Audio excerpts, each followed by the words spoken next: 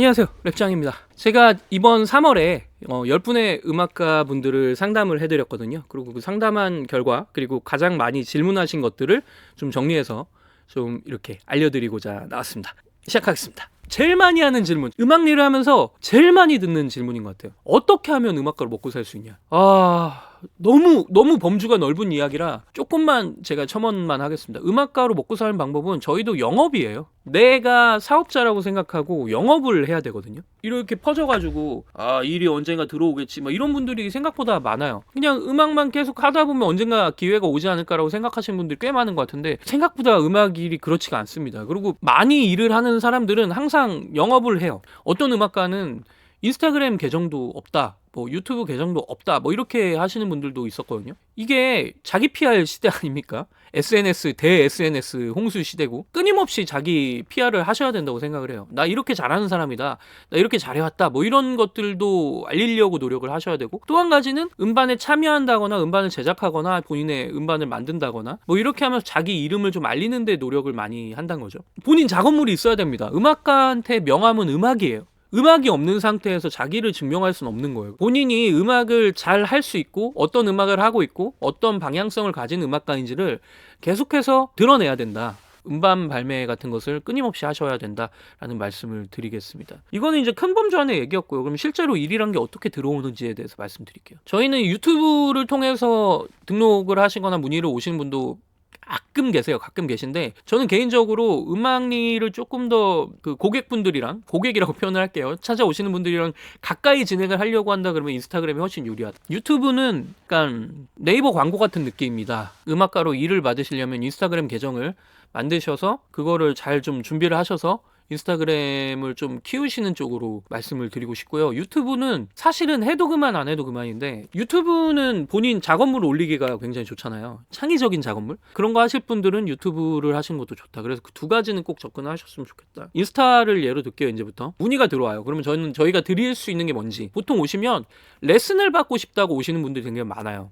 근데 저는 레슨을 받으셔야 되는 분인지 아니면 곡 작업을 진행하셔야 되는 분인지를 철저하게 좀 구분을 합니다. 대부분의 경우는 레슨을 받아도 크게 도움이 안 되시는 분들이에요. 그분이 실력이 없는 게 아니라 미디를 배워야 될 것 같다라고 하시는 거예요. 근데 이야기를 들어보니까 이분은 미디나 이런 작업에 크게 관심이 없어. 근데 어쨌건 본인 음악을 만들려고 하면 미디를 해야 된다고 하니까 미디를 배우려고 하시는 분, 뭐 이런 분들이 꽤 많아요. 저는 솔직히 말하면 미디를 공부해서 자기 작업물이 괜찮게까지 나오려고 한다면 한 3년 이상은 해야 된다고 생각을 해요. 3년 해도 안 돼요. 아침에 깨서 잘 때까지 미디 작업만 한다?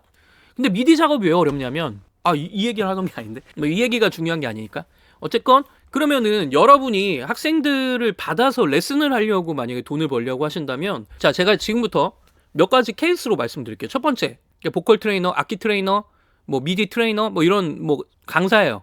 수업을 해서 돈을 벌려고 한다 그러면은, 안 해보셨다, 만약에 한 번도 안 해봤어, 그러면은 학원을 어떻게든 뚫으시길 바랍니다. 학원이 뭐가 좋냐면, 저도 학원 일을 10몇 년 이상 했지만 불특정 다수가 와요. 그러니까 나에 대해서 정보가 없는 사람들이 그냥 지나가다가 여기 실용음악 학원 있네?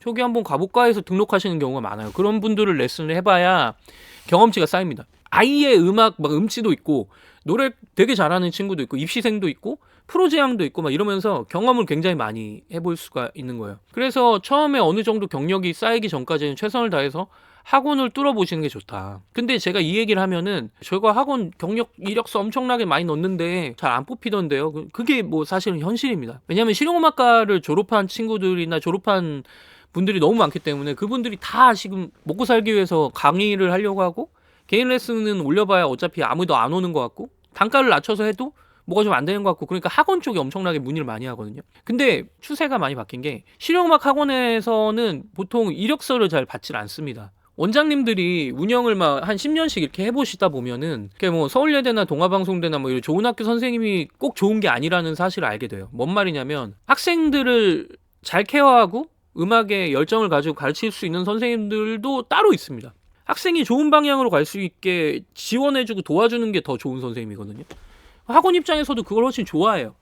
그래서 소개를 많이 받습니다. 저도 올해 제가 지금 두 분을 학원에 추천을 해갖고 두 분이 이제 학원에서 강의를 하고 계신데 한 분은 제 제자고 한 분은 제 지인인데 학교보다도 원장님이 신뢰할 만한 강사를 통해서 소개를 받기를 더 좋아하고 그게 오히려 결과들이 더 좋습니다. 사실은 여러분이 학원에 출강하고 싶다라고 한다면 조금만 더 노력을 하셔야 될 것 같아요. 그러니까 예를 들면은 이력서를 보낼 때 굉장히 철저히 준비해서 레슨한 영상이라든지 본인의 프로필이라든지 해왔던 경력이라든지 좀 상세하게 연락을 해서 좀 하는 게 좀 좋으시고 뭐 어떡합니까? 일이 없을 때는 좀 전화를 통해서 면접을 좀 희망을 하신다고 하고 가서 면접을 좀 충실하게 보신다거나 좀 열정을 보여주셔서 학원을 먼저 뚫어보시는 게 제일 좋다. 뭐 학원 얘기 여기까지 할게요. 두 번째는 개인 레슨이죠. 개인 레슨은 사실은 이게 개인 레슨이 참 어려워요. 왜냐하면 개인 레슨이라는 게 나라는 사람의 자기 PR이 되게 중요하거든요.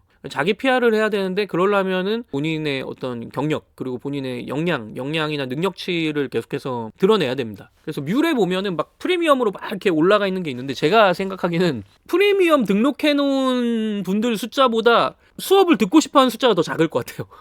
그러니까 모수가 훨씬 큰 거야. 쉽지 않다.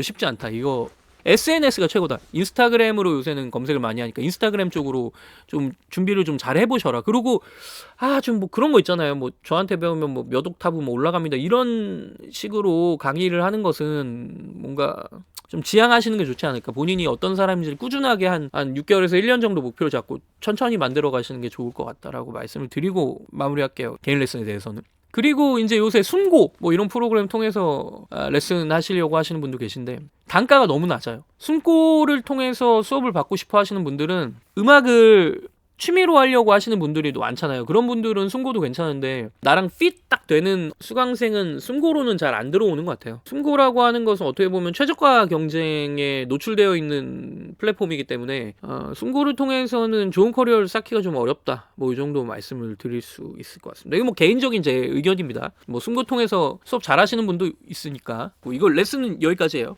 자, 두 번째로는 음악 작업을 통해서 하는 방법을 좀 말씀드릴게요. 내가 만약에 세션맨이 되고 싶다, 코러스가 되고 싶다, 이거는 높은 확률로 인맥입니다. 어쨌건 세션을 찾는다는 것은 저 같은 경우에도 한 번도 안 본 사람하고 작업해 본 적은 거의 없는 것 같아요. 아예 초기 때 빼고는 거의 인맥으로 너무 알아서들 잘하는 사람들하고 하고 있기 때문에 거의 인맥인 것 같아요. 세션을 좀 잘하고 싶다라고 하면은 좀 인맥이 많아야 됩니다. 근데 인맥을 만드는 방법은 뭐 여러 가지가 있겠지만 본인이 만약에 실력이 있다라는 가정하에 공연을 많이 다니셔야 돼요. 예를 들면 기타리스트거나 베이시스트다 그러면은 연주를 하는 걸 보면 사람이 느낌이 오거든요. 저 사람 연주 잘하네라는 느낌이 오면 언제건 그 사람을 기억하고 뭐 밴드가 됐건 세션이 됐건 부탁을 할 기회가 옵니다. 저야 뭐 보컬이 메인이니까 보컬로 세션을 할 일은 거의 없잖아요. 인디 뮤지션들이 뭐 코러스를 쓰는 것도 아니고 제가 작업을 할 때 기준으로 말씀을 드린 거예요. 거의 처음에는 인맥으로 소개를 받는 경우가 많기 때문에 지인들하고 관계를 잘 해두는 게 좋고 세션계는 사실은 실용음악과가 되게 중요합니다. 그래서 실용음악과를 어느 학교를 나오느냐 그리고 또 그 학교에서 얼마나 많이 친구들한테 본인의 연주를 선보였느냐 이게 되게 중요한 부분이고 잘 된 경우에는 선배, 후배, 동기들이 이제 음악 활동을 할 때 필요할 때 연락을 해서 같이 작업을 할 수 있는 기회가 많아지는 것 같아요. 세션은 그렇습니다. 공연하면서 저 사람 연주 잘하네 같이 하고 싶다 그러면 이제 문의하는 경우도 있죠. 그 다음에 또 뭐가 있지? 편곡 일 하는 거는 편곡은 음악을 정말 많이 들으시고 편곡은 결국에는 장면을 펼치는 어떤 일이거든요. 제가 강의 영상에서도 말씀드렸지만 어떤 그림을 그릴 것이냐 음악이라는 언어로 그러려면 각 악기에 대한 이해가 높아야 돼요. 여기는 플룻이 나와야 돼. 여기는 색소폰이 나와야 돼. 여기는 드럼 중에서도 좀 로우한 톤의 드럼이 나와야 돼. 여기는 하이파이한 어떤 사운드가 나와야 돼. 이런 어떤 개념이 좀 서 있어야 되거든요. 그래서 음악을 좀 많이 들으셔야 되고 두 번째는 사운드에 대한 이해가 좀 높아져야 된다고 생각을 합니다. 믹스 엔지니어링이랑 편곡 일이랑 요새는 일이 많이 겹쳐요. 저도 제가 편곡을 하는 분들은 거의 대다수 제가 믹스를 합니다만 근데 편곡에서 구린 소스 혹은 뭐 기타만 나오면 되지 막 이러고 기타를 대충 받아놓은 걸 믹스 단에서 좋게 만들고 이거 되게 어려운 일이거든요. 사운드에 대한 이해가 높은 것이 편곡 일을 할 땐 가장 도움이 된다라고 저는 생각을 해요. 오히려 작곡이나 작사보다도 저는 편곡자가 음악적 역량이 더 뛰어나야 된다고 생각을 해요. 화성학에 대한 이해도 높아야 되고 각 악기에 대한 이해도 높아야 되고 미디를 할 수 있는 미디 능력도 굉장히 중요하고 사운드적인 전망에 대한 이해도 좀 높아야 되고 뭐 이런 부분들이 좀 있다고 생각을 합니다. 좋은 그림을 만들어낼 수 있는 좋은 인맥들도 많이 존재하고 그래서 사실은 요새 프로듀서란 얘기 많이 하잖아요. 저는 그 프로듀서에 제일 부합하는 존재는 편곡자라고 생각을 해요. 저 개인적으로는. 그래서 편곡이 가장 시간도 많이 걸리고 공부할 때 과정도 오래 걸리는데, 그래서 이 편곡일을 잘하려면 사실은 자기 장르만 하면 돼요. 그러니까 락 음악을 한다 그러면 락 편곡만 막 주로 하던가, 힙합을 한다 그러면 힙합 편곡만 하던가, 발라드면 발라드만 하던가, 이런 게 가장 현실적으로는 좋고, 그리고 주위에 좋은 인맥이 좀 많아야 된다. 연주자들을 쓸 일이 많기 때문에, 예산이 적은 편곡들이 많기 때문에 미디로 작업을 잘 할 수 있는 수준이 돼야 된다. 이거 팁 하나 더 드리면, 그럼 어느 정도로 돼야 되냐면 리얼이랑 구분했을 때 크게 차이가 안 날 정도로 만질 수 있어야 돼요. 드럼이 들어갔는데 이거 실제로 친 건가? 가상악기 쓴 건가? 근데 요새 가상악기 진짜 너무 좋아서 리얼이랑 거의 차이 없거든요. 있긴 있어요. 그거를 내가 어떻게 좀 잘 만져서 리얼로 들릴 수 있게 작업을 할 수 있느냐.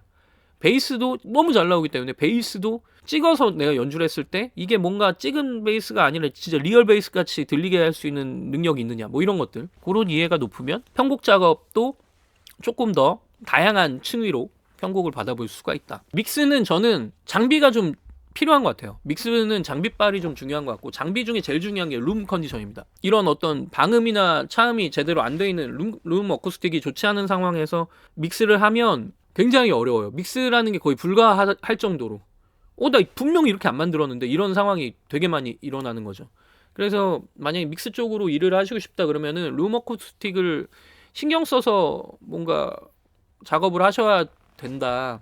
이제 그래도 꽤 괜찮은 형태의 스피커가 필요할 것이다. 그리고 기술적으로는 음악에 대한 이해가 좀 있어야 됩니다.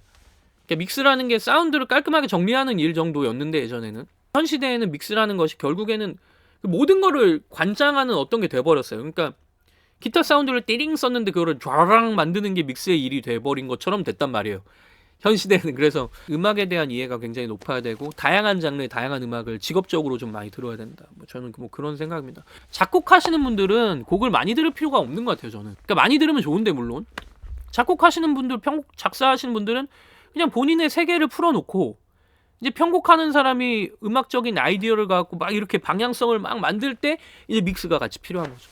그래서 믹스 엔지니어는 그런 게 좀 중요한 것 같고, 또 더해서 일을 그러면 어떻게 받느냐. 믹스 엔지니어는 요새는 사실 뮬 통해서 많이 좀 구해서 하시는 것 같긴 해요. 뮬 같은 데다가 본인의 작업물을 꾸준히 올리시는 게 가장 좋은 것 같고, SNS 통해서 하시는 것도 좋고, 요새는 스레드에도 엄청 많이 올리시더라고요. 스레드 희한한 게, 제가 그런 글 좀 많이 봐서 그런지 스레드에 그렇게 믹스 엔지니어 분들이 많으시더라고요. 뭐 많이 배우고 있습니다. 사실 믹스 엔지니어 분들은 유튜브를 하시는 게 좋지 않을까, 뭐 그런 생각은 합니다. 유튜브에 강의 영상 같은 거 많이 올리시면서 이렇게 팬덤이 좀 생기면 또 그쪽으로 연락해서 받으시는 분들도 많기 때문에 결국 어쨌건 자기 PR이죠. 그렇습니다. 뭐 이 정도 말씀드리면 되지 않을까? 음악으로 돈을 버는 것 너무 멋진 일이죠. 저도 항상 감사하게 생각을 하고 있고, 아템포랩을 운영하면서는 그런 생각을 더 많이 합니다. 음악으로 돈을 벌기 위해서는 PR이 제일 중요하다, 홍보가 제일 중요하다. 그거는 제가 확실하게 말씀드릴 수 있을 것 같아요. 실력과 홍보, 그 두 가지가 가장 중요한 것이다. 실력과 홍보. 유명해도 실력이 없으면 또 일을 할 수 없는데 둘 중에 뭐가 더 중요하냐 그러면 홍보가 제일 중요하다. 실력이 없어도 유명해서 일을 하시는 분도 꽤 많아요. 홍보가 제일 중요하다. 이 정도 말씀드리면 될 것 같습니다.